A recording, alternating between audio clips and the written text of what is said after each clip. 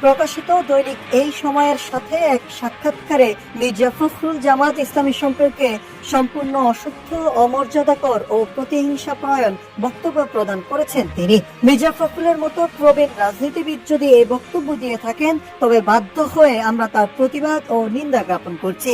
এই আসনগুলো দাবি করেছে, তার প্রমাণ জাতির কাছে উপস্থাপন করার আহ্বান জানাচ্ছি। বিবৃতিতে আরো বলা হয়, কারো কাছে আসন চাওয়ার রাজনীতির সাথে জামায়াত ইসলামীর কোনো সম্পর্ক নেই। তিনি যদি তার বক্তব্যের পক্ষে প্রমাণ উপস্থাপন করতে ব্যর্থ হন, তাহলে আমরা আহ্বান জানাবো সত্যকে মেনে নিয়ে তিনি তার বক্তব্যের জন্য জনগণের সামনে দুঃখ প্রকাশ করবেন। জামায়াত ইসলামীর রাজনীতি এবং সংগঠনের মর্যাদা সম্পর্কে তিনি যে তাচ্ছিল্যের ভাষায় কথা বলেছেন, তার বিচারের ভার জনগণের আদালতের উপর ছেড়ে দিলাম। ভবিষ্যতে এ ধরনের অসত্য ও বিভ্রান্তকর বক্তব্য থেকে বিরত